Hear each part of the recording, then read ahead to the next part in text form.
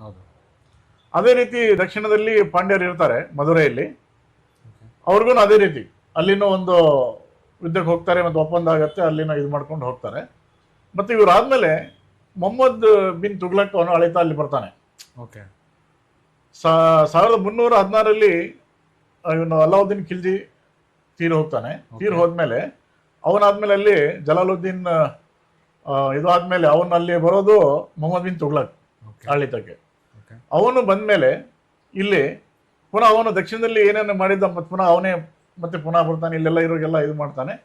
ಮಾಡಿದ್ಮೇಲೆ ಇಲ್ಲಿ ಆವಾಗ ಬಂದಾಗ ಇಲ್ಲಿ ಏನು ಹಂಪಿ ಇದೆ, ಹಂಪಿ ಹತ್ರ ಆನೆಗೊಂದಿ ಹತ್ರ ಒಂದು ಚಿಕ್ಕ, ಹಂಪಿಯಿಂದ 8 ಕಿಲೋಮೀಟರ್ ಭಾಗದಲ್ಲಿ ಕಮ್ಮಟ ದುರ್ಗ ಅಂತಿದೆ. ಕಮ್ಮಟ ದುರ್ಗ ಸಣ್ಣದೊಂದು ಸಾಮಂತ ಇರುತ್ತೆ, ಸಣ್ಣ ರಾಜಮನೆತನ ಇರುತ್ತೆ. ಅದರಲ್ಲಿ ಮುಮ್ಮಡಿ ಸಿಂಗೆ ನಾಯಕ ಅಂತ ಹೇಳಿ ನಾಯಕನ ಇರ್ತಾನೆ. ಅವನು ಮೊದಲು ಹೊಯ್ಸಳ ಪರವಾಗಿ ಕೆಲಸ ಮಾಡ್ತಾನೆ. ಆಮೇಲೆ ದೇವಗಿರಿ ಯಾದವ್ ಅವ್ರ ಜೊತೆ ಸೇರ್ಕೊಂಡು ಅಲ್ಲಿ ಕೆಲಸ ಮಾಡ್ತಾನೆ. ಈ ರೀತಿ ಇರುತ್ತೆ. ಕೊನೆಗೆ 1282 ಕ್ರಿಸ್ತಕ್ಕೆ 1282 ತಾನೇ ಸ್ವತಂತ್ರ ರಾಜ ಅಂತ ಘೋಷಣೆ ಮಾಡ್ಕೋತಾನೆ ಮುಮ್ಮಡಿ ಸಿಂಗನಾಯಕ.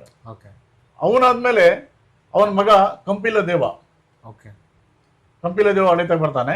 ಅವನು 2 ಸಲ ಮೊಹಮ್ಮದ್ ಬಿನ್ ತುಗ್ಲಕ್ ಜೊತೆ ಯುದ್ಧ ಆಗುತ್ತೆ. ಮತ್ತೆ 1327 ಮೂರನೇ ಯುದ್ಧದಲ್ಲಿ ಅವನ್ ಮಡಿತಾನೆ. ಮತ್ತೆ ಅವನ ಮಗ ರಾಮನಾಥ್ ಅಂತಿರ್ತಾನೆ, ಅವನು ಮಡಿತಾನೆ. ಈಗ ರಾಮನಾಥನ್ನೇ ನಾವು ಈಗ ಗಂಡಗುಲಿ ಕುಮಾರರಾಮ ಅಂತ ಕರಿತೀವಿ. ಈಗ ಅವ್ರ ಹೆಸರೇ ಸುಮಾರು ದೇವಸ್ಥಾನ ಇದೆ, ಮತ್ತೆ ಇತ್ತೀಚೆಗೆ ಅವ್ರ ಶಾಸನ ಕೂಡ ಸಿಕ್ಕಿದೆ. ಅವ್ರ ಆಡಳಿತನೂ ಬಹಳ ಕಡಿಮೆ.